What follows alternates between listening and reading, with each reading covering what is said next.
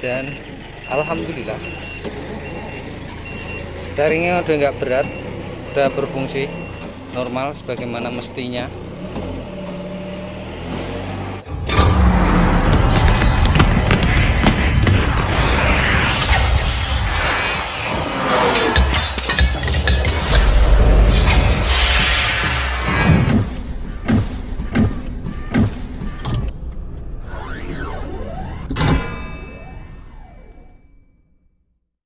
Assalamualaikum warahmatullahi wabarakatuh. Kembali lagi Dokter Forklift, tempat belajar jadi teknisi forklift elektrik. Hari ini kita punya controller Nichiu seri 80 Ristrack. Setirnya berat dan saya juga nggak paham, tapi ini sering kali terjadi. Saya kurang paham penyebabnya apa. Cuman di seri 80 ini sering banget terjadi EPS berat, kalau nggak mati total gitu. Mungkin bisa jadi faktor pemakaian yang nggak sesuai prosedur atau perlakuan terhadap forkliftnya, maintenance gitu. Apa namanya, jadi gini,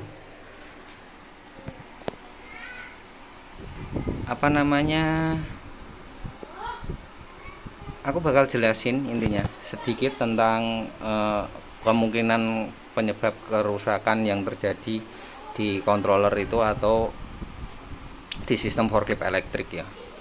Yang pertama itu debu yang mungkin teman-teman bertanya-tanya juga, seringkali penyebab controller itu sering rusak tuh apa gitu. Yang pertama tuh seringnya itu karena short body, kabelnya ada yang lecet, kesalahan pas waktu ada wiring atau rewiring atau apa gitu. Rewiring yang lecet akhirnya sentuh sama body, akhirnya nge-short. Kalau di steering ini kebanyakan karena potensionya,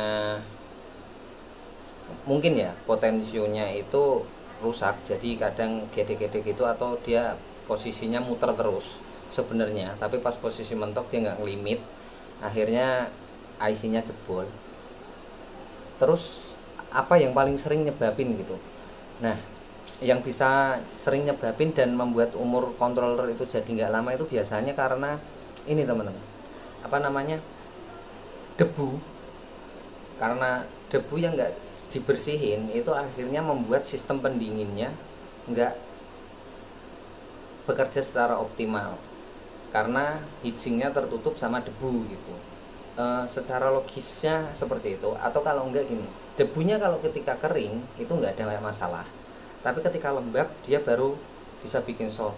Terus ketika partikel debu tersebut mengandung besi, ya kita nggak tahu ya, serbuk besi itu kan bisa terjadi karena mungkin gesekan bearing dan tiang mas atau faktor yang lain lah gitu. Jadi yang paling sering saya temuin penyebabnya ya itu, kadang-kadang maintenance-nya kurang, terus akhirnya motor tuh sampai kotor banget. Akhirnya kan ketika motornya kotor, sistem pendinginnya nggak bekerja dengan baik, yang nyebabin itu panas. Terus kalau udah panas kan bearing ngembang, putaran makin berat, ampere makin tinggi, ya kontrol yang kalah gitu. Nah kalau di ini kasusnya kan di motor steering. Jadi oke, kita lanjut aja. Intinya saya bakal ke poinnya aja di sini. Oke, di sini bisa teman-teman lihat IC ini, IC pengendali MOSFET-nya pecah. Biasanya dioda di sini short. Terus transistor ini udah pasti short. Nggak mungkin enggak, ini udah pasti short. Nah, saran saya sebenarnya ini bisa diukur kadang-kadang, tapi kadang-kadang juga nggak bisa diukur. Nah, mendingan saran saya ini dua-duanya nanti langsung diganti, terus ya kalau transistor ini opsional ya, nanti dicari yang short aja, yang diganti. Terus nanti cek resistor fuse yang di bawahnya ini, itu ada 1R0 sama kalau nggak salah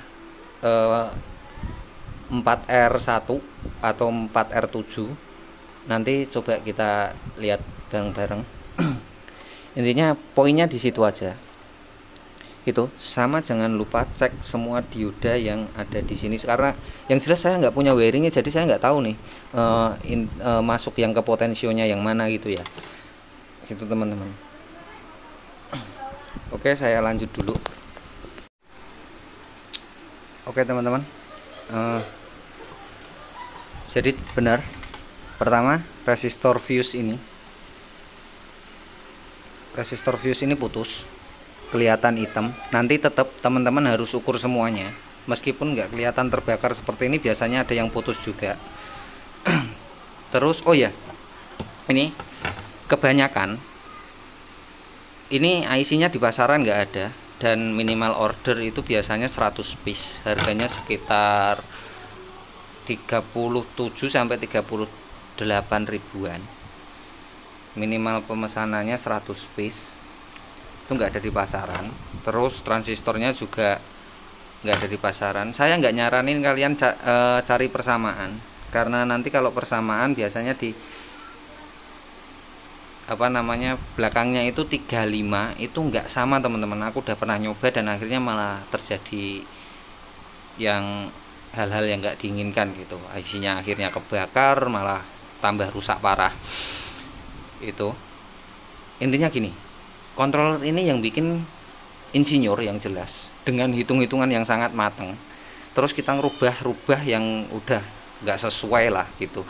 Kalau misalnya voltage dan ampernya itu di bawahnya, saya sih masih recommended. Tapi kalau di atasnya jangan sampai ya teman-teman, karena akhirnya bakalan ngerusak ke semuanya gitu. Oke. Terus nanti cek aja setelah IC ini terus ini resistor tadi, dioda jangan lupa dicekin semua satu persatu gitu.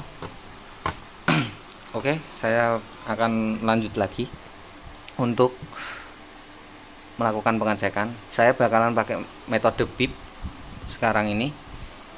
Biasanya bisa kita akan cari aja dia short ground atau enggak gitu intinya. Oke teman-teman, jadi ini IC ini short, harusnya ini nggak boleh terhubung dengan ground. Ini saya hubungkan dengan ground, prop plusnya harus terhubung dengan ground ya. Nah yang pin 2 ini harusnya nggak boleh terhubung dengan ground. Nah ini juga short karena dia terhubung. Nah kalau ini kan jelas sudah kelihatan kebakar ya, gimana dengan yang ini yang nggak kelihatan kebakar gitu kan intinya. Jadi yang ini kalau kita ukur, dia cuman ngebaca kapasitor, dan itu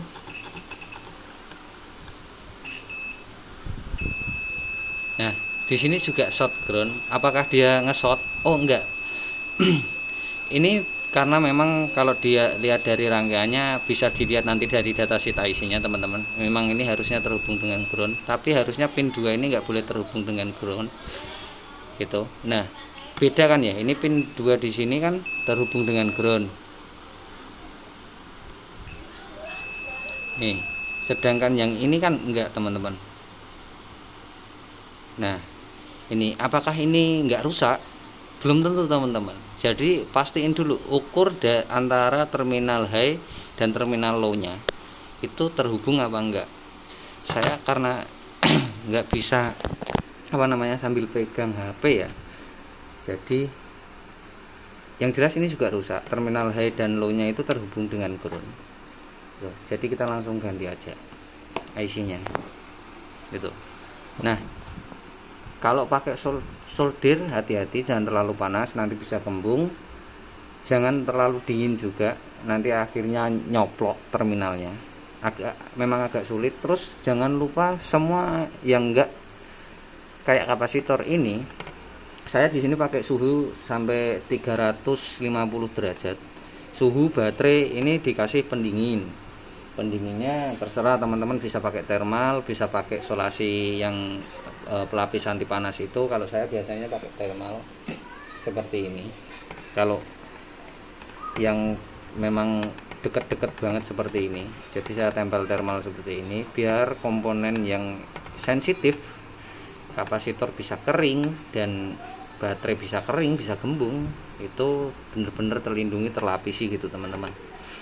Oke, langsung aja. Ini saya ganti semua yang tadi udah sesuai pengukuran short. Pokoknya transistor juga pasti short. Fuse nanti dicek semua. Terus setelah itu tinggal kita coba ke unit teman-teman. Oke teman-teman, IC-nya udah diganti. Ini bekasnya, ini yang baru, ini bekas, ini baru.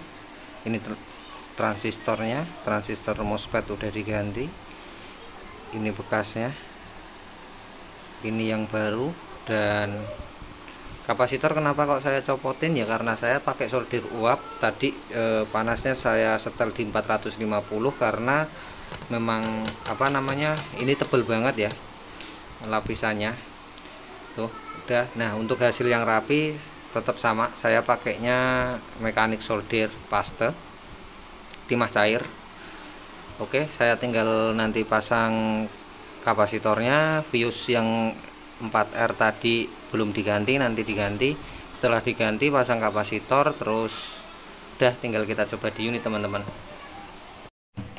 Oke teman-teman, kapasitor udah dipasang, tadi resistor fuse udah diganti juga, udah diukur dan semuanya udah normal. Ada tambahan, diodanya saya ganti di sini karena ternyata putus. Itu sebenarnya dioda power, tapi saya nggak tahu juga kenapa bisa kena juga, ngaruh. Nggak ngerti, saya masih belum ngerti, belum benar-benar bisa memahami penyebabnya. Transistor saya ganti 4-4-nya ternyata karena 4-4-nya rusak, jebol ya, karena kita ukur dari high ke low nya itu di IC ini tuh, yang ini atas bawah jebol. Dan saya pernah nemuin sih yang cuman jebolnya itu cuman bagian atas doang atau bagian bawah tok gitu, cuman seringnya pasti dua-duanya rusak, bermasalah. Terus ya itu pokoknya setelah udah selesai ini semua, nanti ini tinggal dirapihin, nanti kita coba di unit gitu teman-teman. Oke, jadi ini tinggal nyoba di unit, nanti seperti apa, mudah-mudahan langsung oke. Yalah. Oke teman-teman, controller wes dipasang kabeh ya, transistor sing diganti kuwi, IC kuwi, dioda kuwi tak ganti ya, mergo ternyata jebol. Aku nggak ngerti lah penyebabnya apa, urung ngerti sampai saiki, tapi yang jelas udah terpasang. Terus soket baterai wes terpasang, tinggal kita nyalain.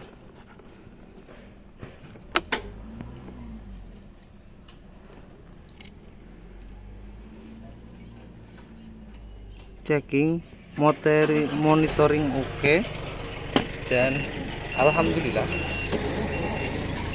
steeringnya udah nggak berat, udah berfungsi normal sebagaimana mestinya. Dan oke, mudah-mudahan ilmunya bermanfaat. Beda dari satu saudara, jangan pernah baik karena kejelekan orang lain. Dukung terus channelnya. See you next time. Wassalamualaikum warahmatullahi wabarakatuh.